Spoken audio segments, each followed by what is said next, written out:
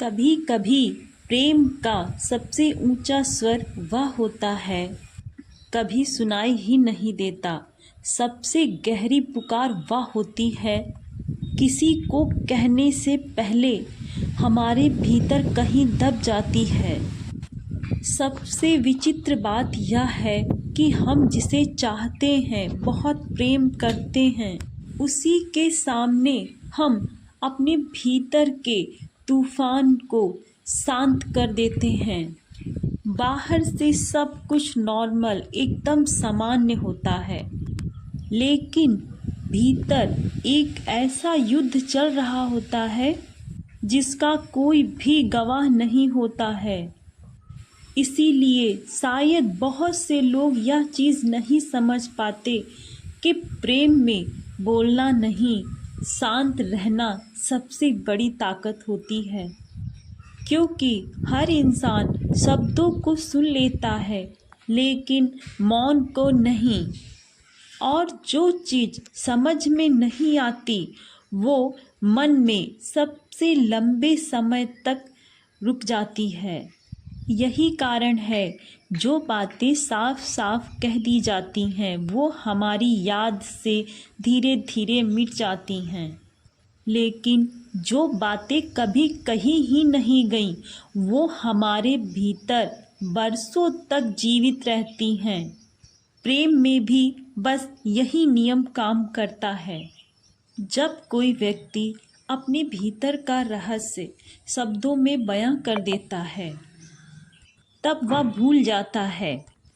जब कोई व्यक्ति अपनी भावनाओं को मौन में ग्रहण कर लेता है, तब उसके अंदर यादें जन्म लेती हैं। यही कारण है कई बार कई रिश्तों में शब्दों से नहीं, खामोशी से रिश्तों में बेचैनी पैदा होती है। क्रोध का उत्तर देना आसान है, आरोपों का उत्तर देना भी आसान है, लेकिन जब सामने वाला पहली बार शांत हो जाता है, तो मन अपने भीतर ही बेचैन होने लगता है।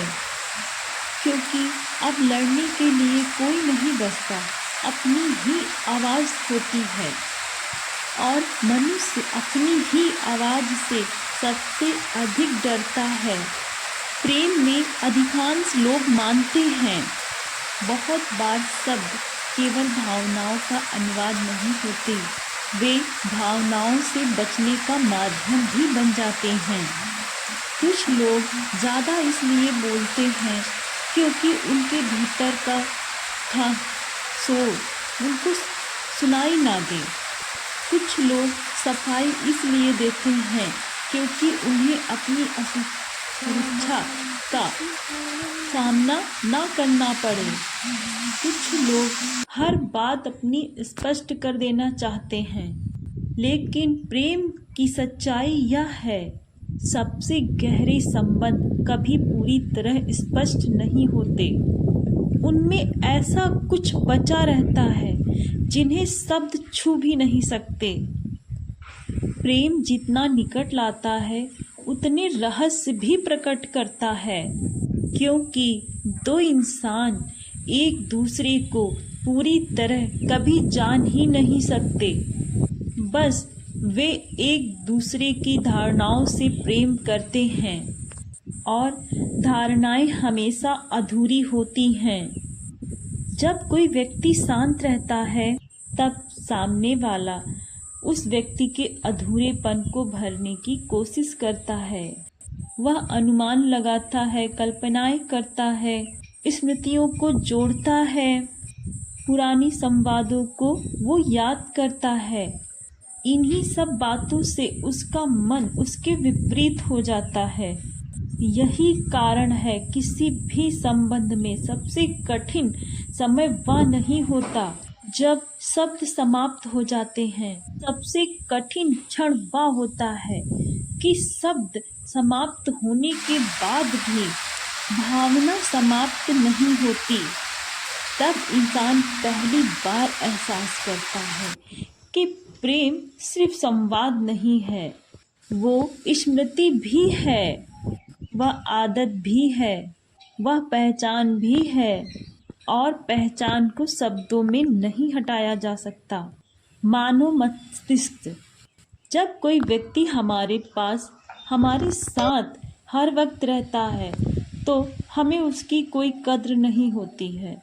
जैसे ही वह व्यक्ति हमसे दूर होता है हमें उसकी अनुपस्थिति दिखाई देने लगती है। जो हर समय हमारे साथ रहता है हमारा ध्यान उस पर नहीं जाता है। बाहर से देखने वाला व्यक्ति कभी यह तय नहीं कर सकता कि मौन में कितनी ताकत है। शायद इसी कारण मौन इतना प्रभावशाली बन जाता है। प्रेम में सबसे ज़्यादा गलतफहमियाँ शब्दों से नहीं अर्थों से होती हैं। प्रेम में भी यही दिखाई देता है। जितनी जल्दी कोई व्यक्ति जवाब देता है उतनी जल्दी ही अपने भीतर की बातें वो सामने रख देता है। लेकिन जो व्यक्ति तुरंत जवाब नहीं देता वह सामने वाले को अपने मन के साथ ही अकेला छोड़ देता है। यहीं से संबंधों में दरार पड़ती है। लेकिन जिस क्षण भावना बाहर आती है उसी क्षण उसका प्रभाव कम हो जाता है।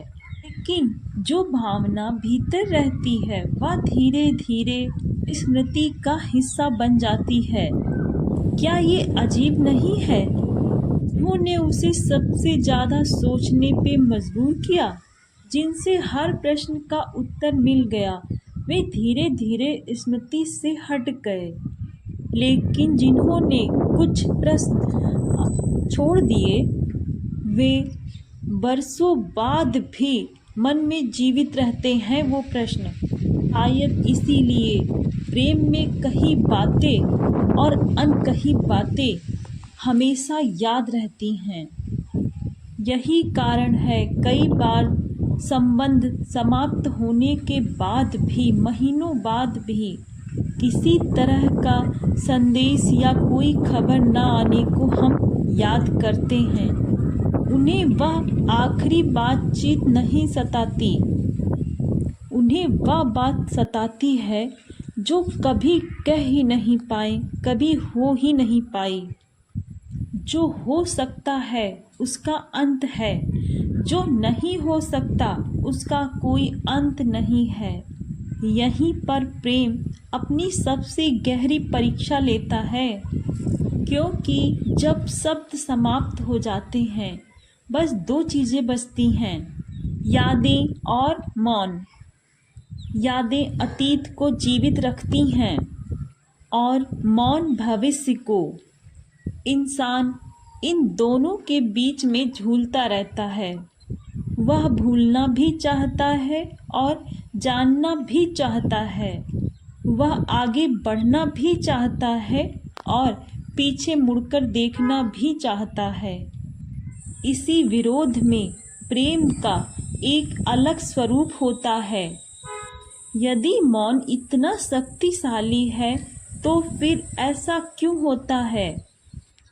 क्योंकि कुछ लोगों का शांत रहना किसी किसी को भीतर तक हिला देता है, जबकि कुछ लोगों का मौन किसी पर कोई प्रभाव नहीं छोड़ता।